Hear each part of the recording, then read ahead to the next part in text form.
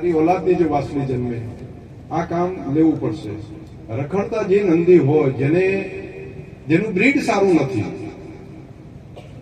તો એવી ઓલાદને બદલે સારી ઓલાદના નંદી રહે અને શરૂઆતના તબક્કે શોર્ટેજ ડોઝ જો આપવામાં આવે તો ઘણું મોટું કામ થઈ શકે. જેમાં 90% જેટલી વાસળી જ જન્મે તો ઘરની અંદર અને બધી ગૌશાળામાંથી બધા બહાર આવે છે નંદી, એવું નથી હો ભાઈ. ઘરોની અંદર આપણે ત્યાં વાછડો જન્મ્યો હોય તેને બહાર આપણે મૂકી દઈએ છીએ. તો કમસે કમ આપણા ઘરે જે ગાય માતાને જે ત્યાં બધા ડોઝ અને હવે એની વ્યવસ્થા જે છે એમ્બ્રિયોની પણ વ્યવસ્થા છે તો એમાં શોર્ટેડ સિમેન્ટ ડોઝ જો આવે તો 90% જેટલી સારી ઓલાદની દેશી કાંકરેજી ગાય એની વાસળી જન્મી શકે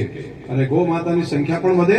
અને રખડવાનો ક્યાં નંદી હશે જ નહીં તો પછી કતલખાને જવાથી કરી અને રામભાઈ જે સમસ્યા કહે છે ને એમને દુઃખ વ્યક્ત કરતા હતા એ લગભગ સમસ્યામાંથી લાંબા ગાળા